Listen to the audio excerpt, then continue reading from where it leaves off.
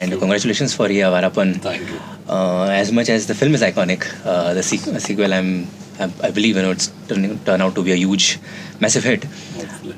Uh, Composing a song for an iconic character like Shivam Pandit, did you feel the pressure at any point? Obviously बहुत बड़ी film है, बहुत बड़ी film है obviously. और 2006-07 में रिलीज़ हुई थी, 2007, और तभी मैं से 16-17 साल का था। कभी नहीं सोचा था that I would be making music for the part 2। एक ऑब्वियसली फिल्म के जो सीक्वल का प्रेशर होता है वो हर एक डिपार्टमेंट पे, but I had to musically also go beyond, क्योंकि मैंने बोल दो ना ज़रा, मैं रो या ना रो, दोनों आइकॉनिक गाने किए थे इमरान हाशमी के साथ। तो तीसरी time we had to come with the best and I have done my best. बाकी लोगों का प्यार ऑलरेडी बता रहा है that the song is getting insane love, so very happy. Okay.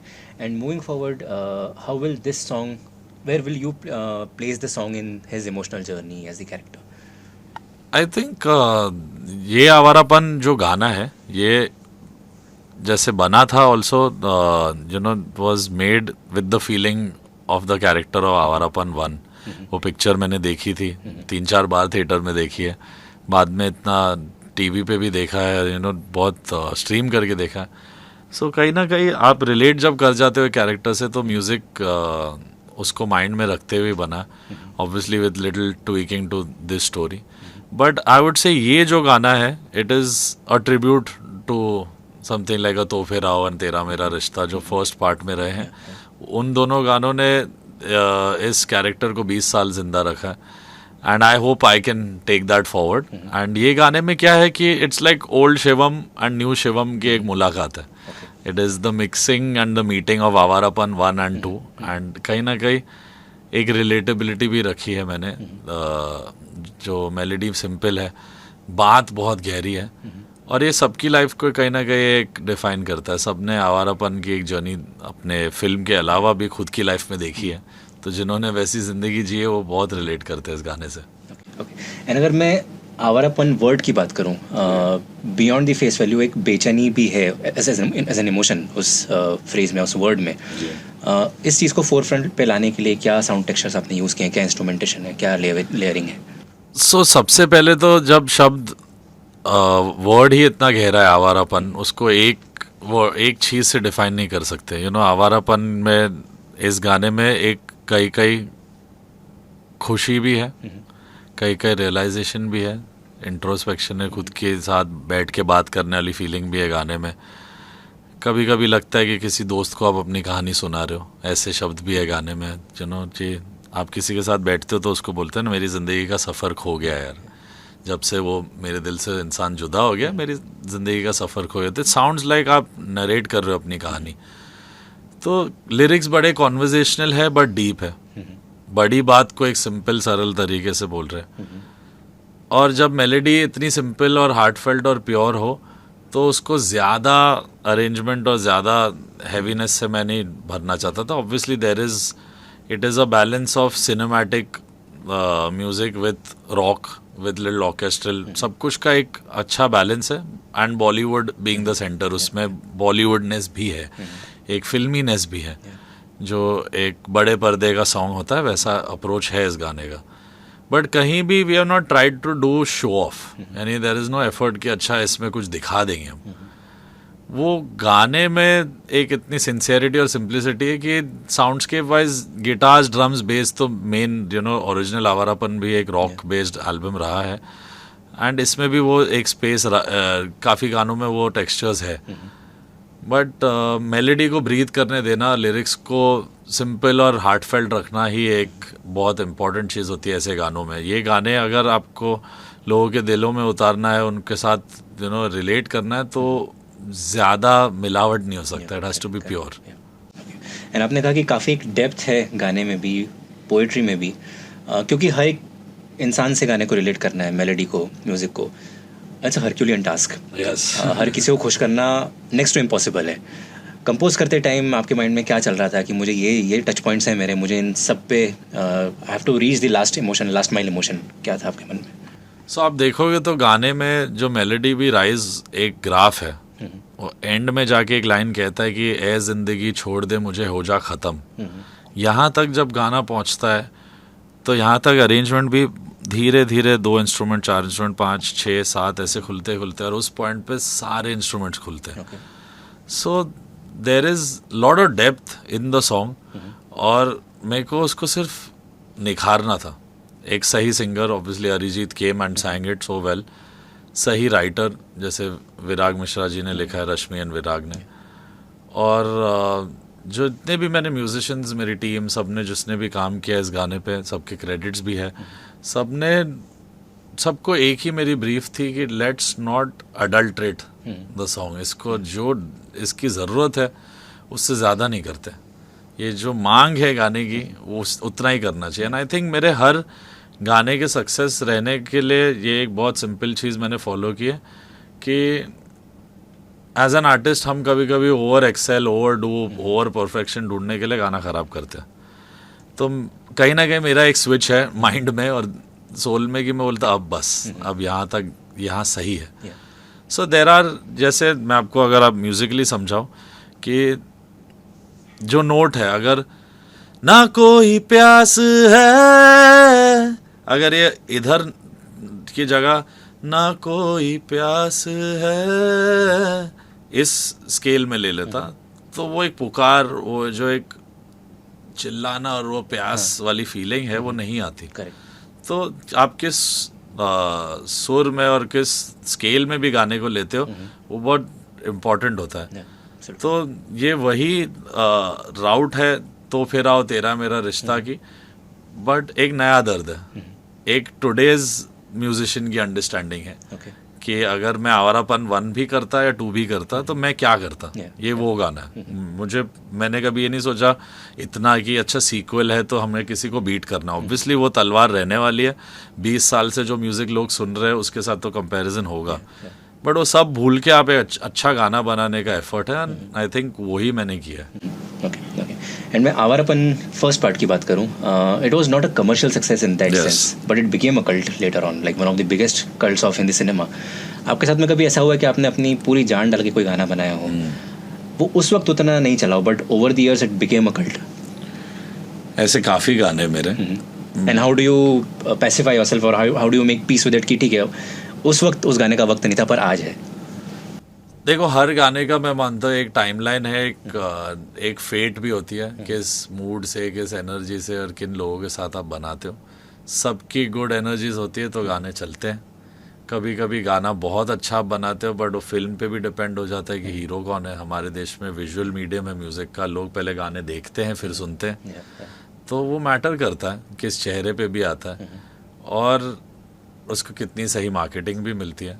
So today is not a time कि आप बहुत अच्छा गाना बना दो और वो दिख जाएगा. सो धीरे धीरे धीरे दिखेगा, बट अगर आपको इंस्टेंट ग्रेटिफिकेशन, हाँ कल 100 मिलियन हो जाए, 500,000 रील्स बन जाए, ये हर गाने के साथ नहीं हो सकता. कुछ गाने रील्स पे चलते हैं, कुछ गाने स्ट्रीमिंग पे चलते हैं, कुछ सबके रूल्स के खिलाफ ऐसे ही चल जाते हैं. बट उनको एक पोजीशनिंग देनी पड़ती है. ऑडियंस के पास इतना कंटेंट है देखने के लिए कि how do you break through that with honesty. मैं करता हूँ हर बार, और मैंने कोई फंडा नहीं अप्लाई किया. सो कभी कभी गाने वर्कआउट होते हैं, कभी नहीं होते, और वो मैं 2 दिन तक बुरा मानता हूँ कि चलो यार नहीं हुआ, चलो ठीक है. अरे ये आप ढूंढते रहते हो फिर कि अच्छा शायद इस वजह से उस वजह से, बट ज़्यादा सोच के आप टाइम वेस्ट भी. I move to the next song कि चलो अच्छा ये नहीं हुआ, नेक्स्ट बना लेता हूँ मैं एक और. You don't overthink?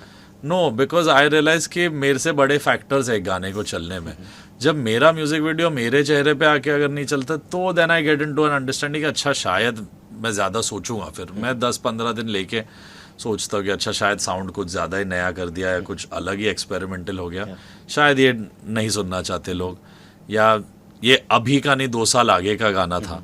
तो ऐसी बहुत बार स्टार्टिंग में भी मेरे करियर में, मैंने जब सूरज डूबा की उससे पहले जय हो की थी, उसमें भी वही साउंडस्केप था इलेक्ट्रॉनिक, बट वो तब नहीं चला, 2 साल बाद चला या 9 महीने बाद चला. तो टाइम्स कीप चेंजिंग. आज क्या हर 2 हफ्ते कुछ नया सॉन्ग आ सकता है इंडिपेंडेंट साइड पे, which can become bigger than a film song also today.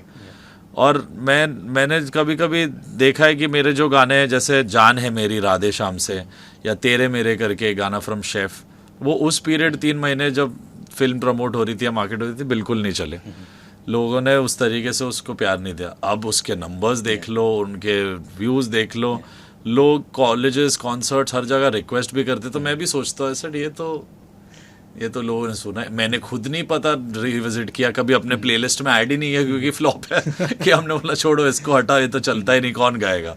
और फिर आप देखते हो कभी कभी कि अच्छा पियानो सेट पे, अभी recently I was in Guwahati और मैं परफॉर्म कर रहा था एक गाना विच वाज लबों पे नाम है तेरा, हाँ दिल में याद है तेरी, तू मेरा ना हुआ तो क्या, तू फिर भी जान है मेरी। ये तब नहीं चला था राधे श्याम से। एंड जो भी फैक्टर्स हो वो मैं भी डिफाइन नहीं कर सकता क्योंकि आउट ऑफ कंट्रोल। कभी कभी ऐसा, इतने बड़ा स्टार है प्रभास, पूजा हेगड़े है फिल्म में, साउथ 4 लैंग्वेजेस की बड़ी पिक्चर है, मार्केटिंग में कोई कमी नहीं थी, पर कुछ होता है जब शायद उस टाइम पे अननोटिस चला गया। करेक्ट। बट मैंने ऐसा कोई काम नहीं किया है गाने में, यानी मैक्सिमम मेरे 140 गाने जितने भी रहे कर रहे हैं, 2-3 ऐसे हो सकते हैं जो मैंने शायद खुद उतना मेहनत नहीं किया हो जाती है ऐसी बातें भी, इंसान हूँ, AI नहीं हूँ। तो देन देयर आर टाइम्स कि आपको लगता है कि चलो ये तो मैंने एफर्ट किया नहीं था, ये तो होना ही था। पर बड़े बड़े अच्छे गाने जो आपके दिल, आर्टिस्ट के दिल के क्लोज होते हैं, जब नहीं चलते आपको थोड़ा बहुत तो धक्का लगता है, बुरा लगता है। But I don't over think, अच्छा ये नहीं चला तो अच्छा कभी ऐसा कुछ चलेगा नहीं, वो वापस ट्राई करना चाहिए। अच्छी मेलोडी, अच्छी लिरिक्स, डिसेंट साउंड के साथ हमेशा चलते हैं। आई थिंक आपको हर बार ये वो है कि आप देखो कि कितने लोगों ने 5000 गाने बनाए होंगे पर चले सिर्फ 1000 है उनमें से, या 500 गाने बनाए जिसमें से 100 हिट्स है, 400 फ्लॉप है, पर इसका मतलब नहीं है कि उन्होंने वो 400 बनाए ही नहीं। तो आपको आपका एवरेज में से 10 ही चलेंगे, 10 ही 20 ही इमॉर्टल गाने होते हैं जिंदगी में किसी एक आर्टिस्ट के, और 10-20 होना भी बड़ी बात है। कुछ लोग एक गाने से ही जाने जाते हैं। आई एम हैप्पी दैट मेरे लाइफ में फॉर मी सूरज डूबा है, रोके ना रुके है, कौन तुझे है, बोल दो ना जरा है, जब तक है, कितने ऐसे गाने हैं जो मैं भूल जाता तो लोग याद दिलाते हैं। सो आई थिंक सक्सेस हमारे लिए नंबर्ड है। हम देखते रहते हैं अच्छे ट्रेंडिंग में आए कि नहीं, ये हुआ कि नहीं, इस पोजीशन पे पहुंचा कि नहीं, बैनर मिला कि नहीं। पब्लिक के लिए वो गाना अलग है। पब्लिक के लिए यानी वो उनको छू गया तो छू गया, और वो एक चेन बनती है। एक आदमी, जैसे आपको आज मैंने अगर गाना सुना, आपको पसंद है, आपने आपके दोस्त को सुना, उसने किसी और को सुना है, तो धीरे धीरे धीरे अच्छा गाना अपनी जगह ढूंढता है। Absolutely. Okay. And you mentioned AI. Now, of late, I've noticed this practice in the industry. You guide me through it if I've seen it wrong. Scratch singers, generally composers, they are not going for them. Rather, they are using AI for mainly for one reason कि अगर कोई बड़ा singer बुलाते हैं on board scratch के लिए, और अगर वो सिंगर प्रोड्यूसर अगर ओके नहीं करते हैं, तो then they don't have the face to tell a senior singer कि नहीं हुआ है। It becomes very tricky situation for them इस चीज़ में। बट इस क्योंकि दो धारी तलवार है, it's also robbing the industry of a genuine talent. क्योंकि अगर अरिजीत सिंह की बात करें, वो मोस्टली क्योंकि तुम ही हो के पहले भी उन्होंने कई सारे काफ़ी स्क्रैच गाए हैं, बर्फ़ी की गज़ल गाई है उन्होंने, but because he सैंग scratch for over so many years, that's how he became well known in the industry. Do you think ये कहीं ना कहीं इंडस्ट्री को अफेक्ट कर रहा है AI नेगेटिवली? दोनों थिंग्स को आप अलग तरीके से देख सकते हैं, दो तरीके से। See I use AI to check if the mixing can be improved, कुछ साउंड्स के बेटर हो सकता है। एक आपको एक understanding, you can write something a prompt, and एक बैलेड को आप अलग तरीके से, कोई अलग बीट्स बना के सॉफ्टवेयर आपको दे सकता है।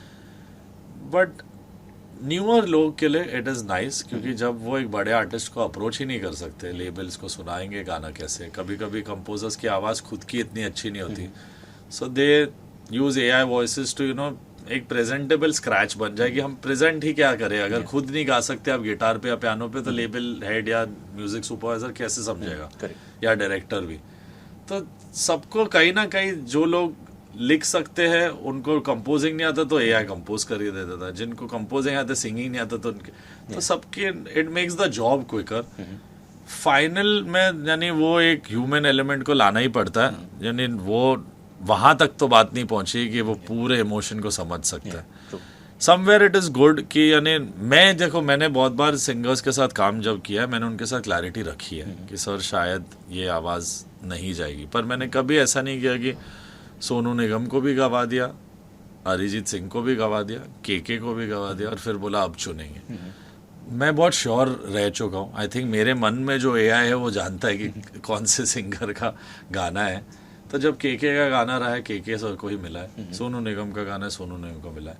अरमान और अरिजीत में क्योंकि एक रिलेशनशिप है, मैं दोनों को हमेशा कहता हूँ कि भाई ये गाना अरमान भी गाएगा शायद, and I want you also to try and let's see who does the best job.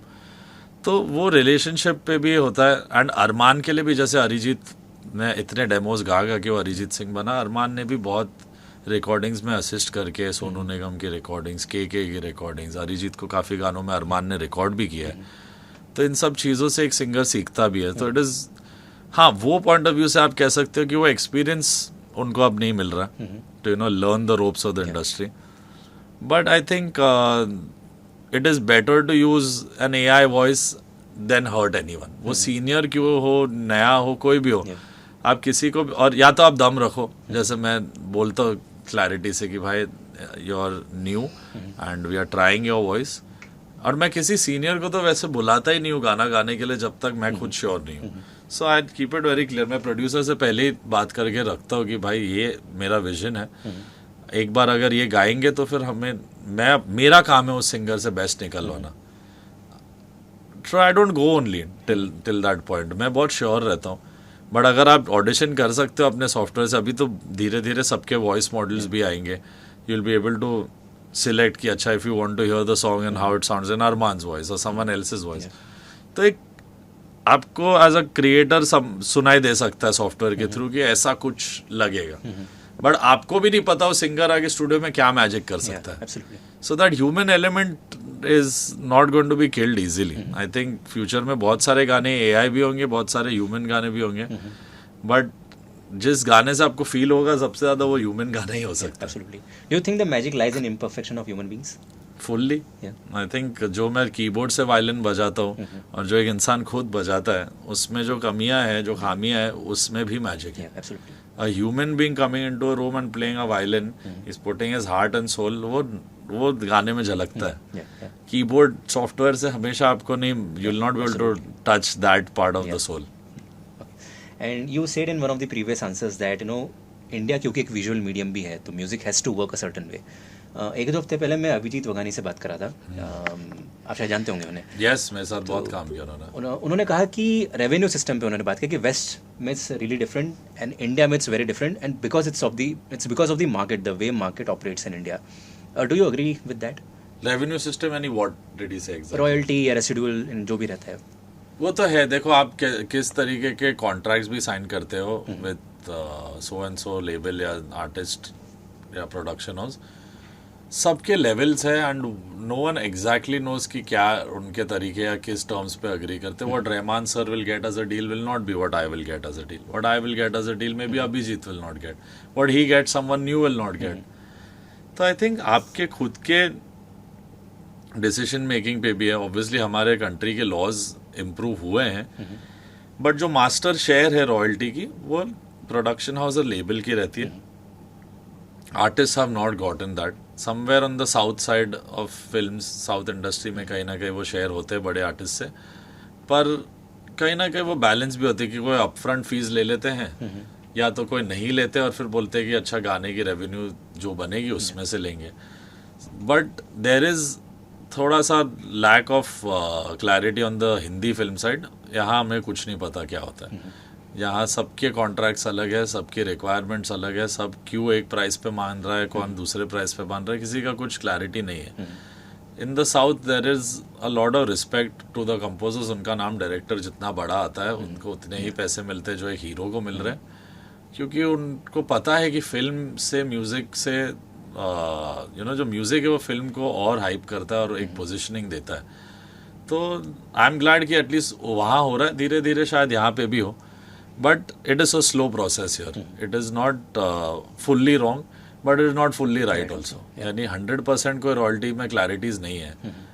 हमें जो मिल रहा है, हमें अब तक रेडियो रॉयल्टीज़ नहीं मिलती, हमें एग्जैक्टली नहीं पता स्ट्रीमिंग से कितना हमें रॉयल्टीज़ मिल रहा है. एक लमसम बन के साल में हर आर्टिस्ट को उसके कैटलॉग के हिसाब से मिलता है. अब उसमें कहाँ इंट्रिकेटली मनी स्ट्रीम्स और होनी चाहिए या नहीं होनी चाहिए, तो जितना और एवेन्यूज़ खुलेंगे तो हमें पता चलेगा. फिल्म इंडस्ट्री में it is difficult to ask for your masters, क्योंकि एक गाने के मार्केटिंग पे ऑलमोस्ट करोड़ों के खर्चे होते हैं, एक्टर्स का भी इन्वॉल्वमेंट होता है गाने में, एंड एक्टर्स बहुत बार प्रोड्यूसर्स भी होते हैं। जैसे अगर एक फिल्म है दिलवाले, उसमें शाहरुख खान और सोनी म्यूजिक के बीच में वो गाने की ओनरशिप रहती है, वो प्रीतम दागा ओनरशिप नहीं रहता। It will be his moral right कि उस जिंदगी में कभी वो एल्बम वापस आए या रिक्रिएट हो तो प्रीतम का नाम उस एल्बम से जुड़ा रहेगा। ये एक आर्टिस्ट की सबसे इंपॉर्टेंट राइट है कि आप उसका क्रेडिट नहीं हटा सकते, बट वो बेसिक है। आई थिंक टुमारो कभी वो गाने ऐसा ना हो, पर बहुत सारे आर्टिस्ट हैं जिनका टाइम आता है जाता है चले जाता है इन अ शॉर्ट पीरियड, एंड उन्होंने शायद सिर्फ 3 अच्छे गाने बना पाए और उनके 3 ही गाने सुपर हिट रहे। तो क्या उन्हें वो हक नहीं मिलना चाहिए to survive off those 3 songs? ये सवाल पूछना ज़रूरी है। लाइवलीहुड की बात करें तो फिर it is difficult to survive within the current royalty structure, but then you have to fight for it. Abhijeet is fighting somewhere, I am, but not everyone is. तो वो जब यूनिटी आएगी तभी होगा। And lastly 2 questions. आर्टिस्ट मैंने observe किया है majorly 2 तरह के होते हैं, एक होते हैं people pleasers and the other who are fearless in the way they speak और they deal with people. As an artist how do you balance these 2 opposite ends? I think I am only fearless. मैंने कुछ balance किया ही नहीं। अपने life में आवारापन चल रहा है इधर भी कुछ ऐसे। देयर इज नो फंडा ऑफ, देखो जानबूझ के मैं कुछ शो ऑफ के लिए फियरलेस नहीं बनता। अच्छा मैं ये बोलूँगा और हेडलाइन बन जाएगी और मज़ा आएगा, कल ट्रेंड होएंगे, ऐसा सब कुछ नहीं है। एक फीलिंग है कि मैं इस एरा का यंगेस्ट म्यूजिशियन रह चुका हूँ।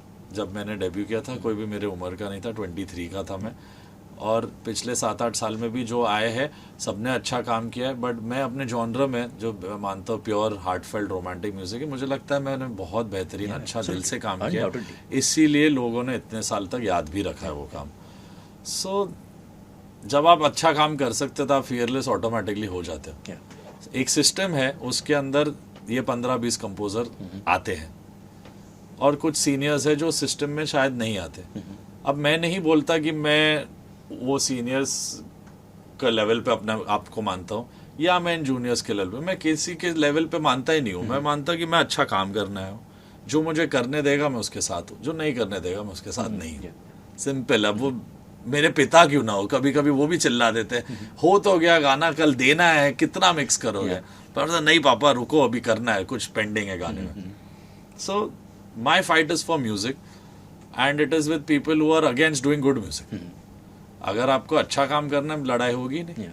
अच्छा काम करने के लिए तो हर आर्टिस्ट भूखा है। मैं क्या, कोई भी न्यू कमर हो, कोई भी सीनियर हो, बोलता है एक अच्छा गाना करना चाहता है। पर क्रिएटिव डिफरेंसेस होते ही है। यानी मैं कभी आई डोंट बैक ऑफ, मैं बोलता हूँ कि सर नहीं ये नहीं करते, ये गलत है।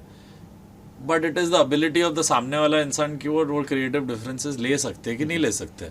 जिनका ईगो बहुत बड़ा होता है वो मुझे फिल्म से हटा देते हैं, जिनका दिमाग उनकी सही जगह होता है वो मेरे साथ काम कर लेते हैं। तो ठीक है, और दोनों तरीके सही है। मैं ये नहीं बोलता अच्छा मेरे बिना इनकी पिक्चर नहीं चलेगी या इनकी पिक्चर के बिना मैं नहीं चलूँगा, दोनों नहीं है। मैं आपके पिक्चर के बिना भी अमल मलिक हूँ और आप अमल मलिक को ना भी लो तो आपकी फिल्म में सुपर हिट म्यूजिक कोई और दे सकता है। तो कोई हार्ड एंड फास्ट रूल नहीं है, बट मैं ऐसा काम ऐसे ही करना चाहता हूँ। तो वो मेरी लड़ाई है। उसमें काम शायद कम होगा, उसमें दुश्मन ज़्यादा होंगे, उसमें लोग बोलेंगे अरे ये तो पंगे लेता है, अरे ये तो बेबाक है, ऐसा क्यों करता है, वैसा क्यों करता है, मलिक फैमिली से है तो भी ऐसी बातें करता है। वहाँ से हूँ इसलिए ज़्यादा ज़रूरी है। लोगों को लगता है वहाँ से एक प्रिविलेज आती है, वहाँ से आसानी से मिल गया होगा, फ़ोन चले गए होंगे तो 3 पिक्चरें मिल जाती है रातों रात। अरे 2-3 लोग फ़ोन करके हमें पिक्चर से निकाल भी देते रातों रात, ऐसा नहीं है। म्यूज़िक के साथ खड़े रहना चाहता हूँ।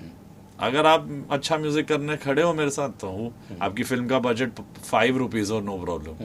मैं 500 रुपीज़ की फिल्म ढूंढ ही नहीं रहा। मैं नहीं बोल रहा कि मेरे को रामायणा में मौका मिलेगा तो मैं कुछ कर दिखाऊँ या मुझे यही पिक्चर से मैं स्टार बन सकता हूँ। मैं एक एनोमली रहा हूँ जी। मेरे 80% कैटलॉग जो सुपर हिट म्यूजिक का वो सुपर फ्लॉप फिल्मों से। तो वो कहाँ ऐसा है कि मुझे सिर्फ हिट फिल्मों ने ही दिया। बाद में जिंदगी में obviously Airlift, Kapoor and Sons, MS Dhoni, Golmaal, Badrinath, ऐसी 5 या 6 फिल्में ही है। बाकी जो 60 फिल्म्स हैं उनमें कहाँ है कोई सुपरस्टार के ऊपर ही चला गाना। एक्चुअली मेरे सुपरस्टार्स पे तो गाने आके नहीं चले भी बहुत बार। सो हर एक फिल्म में लर्निंग लेसन है, एक लर्निंग कर्व है। मैं वहां कट जाता हूँ जहाँ मेरे को लगता है अच्छा इसमें कोई ग्रोथ ही नहीं है, यहाँ से मैं क्या कर लूंगा, मैंने मैं रहूं या ना रहूं बनाया, Yeah. अब मैं बोल दो ना जरा बना रहा हूँ, अब मैं ये आवारापन बना रहा हूँ। तो मैं भी वो मेहनत लाना चाहता हूँ कि इमरान हाशमी को 2 बार इतने प्योर गाने दिए, तो तीसरी बार ऐसे ही क्यों कर दे। Yeah. और ऐसी बहुत बार हुआ मेरे जर्नी में कि मेरा नाम बड़ा हो गया, तो मुझे एक फिल्म में लोग ले लेना चाहते हैं कि भाई इसके नाम पे चला लेंगे, बट वो नाम से नहीं चलता गाना भाई। पब्लिक को at the end of the day, जब तक मैं इस रियलिटी शो बिग बॉस में आया नहीं था, पता भी नहीं था ये मेरे गाने हैं। वो गाना सुन के डिसाइड करते हैं कि हाँ भाई मेरे को पसंद है या नहीं पसंद है। वो पॉप साइड पे आप देख लोगे कि चलो बादशाह, हनी सिंह या जितने भी दिलजीत या करण औजला, डिवाइन, इन लोग के चेहरों पे देख के उन लोग चलो उनके फैन बनते हैं या उनके 3-4 गाने पसंद करते हैं। फिल्म का गाना हो या कोई भी गाना हो, सबसे एक पॉइंट ऐसा आ जाता है जहाँ आर्टिस्ट को भूल के, फिल्म को भूल के, किसने गाया भूल के आदमी गाने से रिलेट करने बैठता है कि मेरे को ये गाना अंदर टच हो रहा है कि नहीं। वो हो रहा है तो गाना सक्सेसफुल है, नहीं हो रहा है तो गाना आप कितना भी मार्केटिंग कर लो नहीं होगा।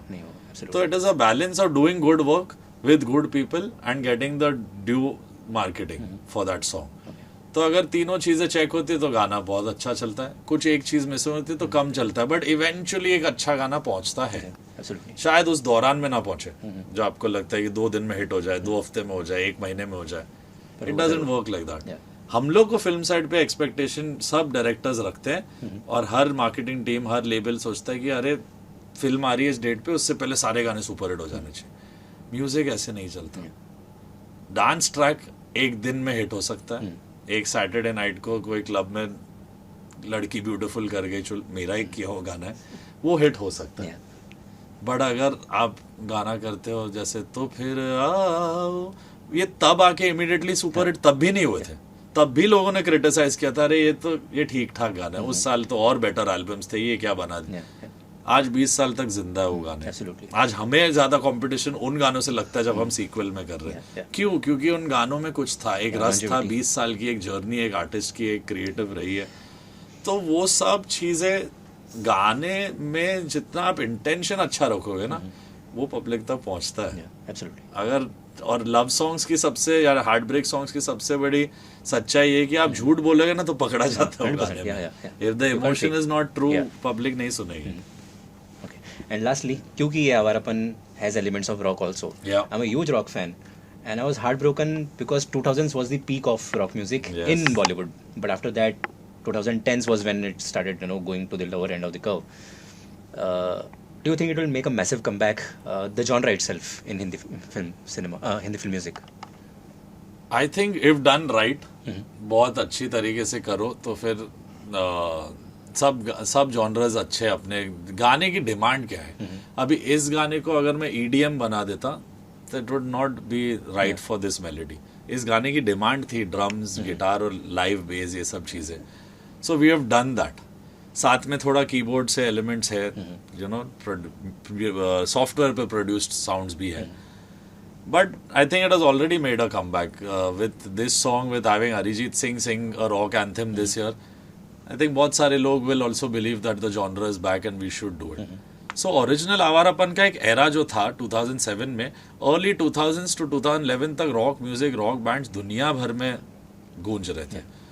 Somewhere after that even music became very electronic and काफी मैंने गाने भी ऐसे किए, सूरज डूबा, सौ आसमान, बट कभी मेलेडी कोशेंट नहीं छोड़ने है। मेरे लिए एटलीस्ट मेरी जर्नी में मैंने कोशिश किया कि साउंड कितना भी एक्स्ट्रावेगेंट हो, न्यू एज हो, हिप हॉप हो, EDM हो, आपकी मेलोडी दिल तक उतरनी चाहिए। एटलीस्ट वो मेरी रिक्वायरमेंट है। आप सबसे अपबीट गाना ले लो in my career like which is सूरज डूबा है, आप वो सब बीट्स हटा भी दो तो चले नहीं उड़े आसमां पे अभी, ये ऐसे तो नहीं बनाया कि कोई क्लब ट्रैक का मेलोडी है। करेक्ट। एक अच्छा मेलोडी है, उसको एक अच्छी दुनिया, एक अच्छा एनवायरनमेंट दिया, बच्चों को जो समझ रहा था उस टाइम पे साउंड, वो मैंने क्रिएट करके दिया। And we are deciding too much कि अच्छा जेनजी को ये समझेगा, इनको नहीं समझेगा। जेनजी को तो फिर आप समझना ही नहीं चाहिए। आवारापन क्यों चल रहा है, ये वाला टाइटल सॉन्ग में क्यों पसंद आ रहा है, इसमें तो कोई ऐसी जेनजी वाली बात नहीं है। बहुत गहरे लिरिक्स है, जेनजी को तो आधे लिरिक्स ही नहीं समझते लोग बोलते हैं आजकल। इंसान किस मानसिक स्थिति में है, कहाँ पे है अपनी जिंदगी में, वो वहां से रिलेट करता है म्यूजिक को। 100%। और आपका काम है बना के बेस्ट दे देना उसको, वो वहां से आपको खुद फीडबैक आएगा। मुझे लोग इस गाने के लिए जिस तरीके का प्यार दे रहे हैं उससे मुझे समझ में आ चुका है कि अब गाने अपनी जर्नी पे है। अब मुझे नहीं फर्क पड़ रहा है कि वो 100 मिलियन जाएगा या 200 मिलियन जाएगा या 1 बिलियन कर दिया, वाह ये दैट्स अमेजिंग, ये सब जरूरी है, ये सब से हाइप बढ़ती है। बट जब यानी अभी गाने का ऑडियो भी इस तरीके का ट्रेंड हो रहा है, ऑडियो में क्या होता है ना, पहली बार हम जैसे विजुअल मीडियम, मैंने बोला हमने देख लिया इमरान हाशमी पे, गाना फील कर लिया, समझ में आ गया, अच्छा Awarapan picture, all these things. रात को 2 बजे जब कोई लड़का है लड़की अकेले ईयरफोन्स लगा के सुनता तो ये उनका गाना हो गया। तब ना मेरा है, ना अरिजीत का है, ना इमरान हाशमी का है, 100%। किसी का गाना नहीं है, फिर वो जनता का गाना है। अब वो किस गहराई में खुद है, तो ये वही से फील कर पाए। जिसने ऐसी जिंदगी जी नहीं, जिसने डार्क टाइम्स देखे नहीं, उनके लिए ये गाना थोड़ा इमीडिएटली समझना मुश्किल है। 1, 2, तीसरी बार सुनेंगे तो देन दे विल अंडरस्टैंड, शायद इतनी गहरी बात है इस गाने में। सो ऑडियंस की भी एक अंडरस्टैंडिंग होती है, बट हम सब पहले ही प्लान कर लेते हैं, अच्छा ठीक है, नहीं यार ऐसा करेंगे तो ही जेन जी समझेगा।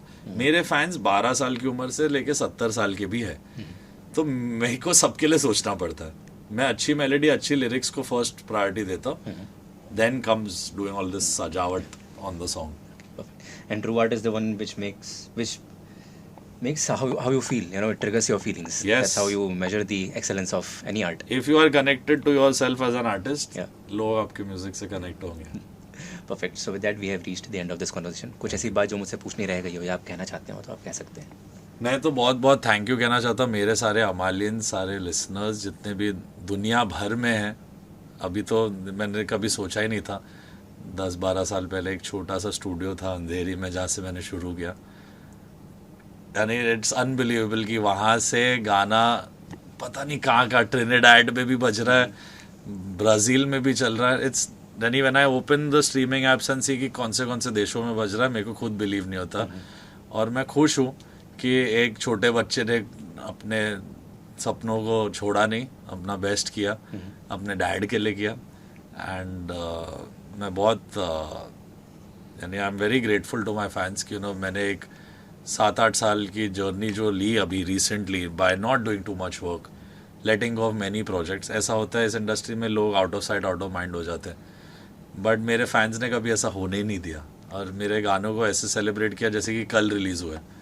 So big love to all of you all, and because of that love only I will keep on doing my best, and there will be many more songs, but till then listen to Ye Aavarapan.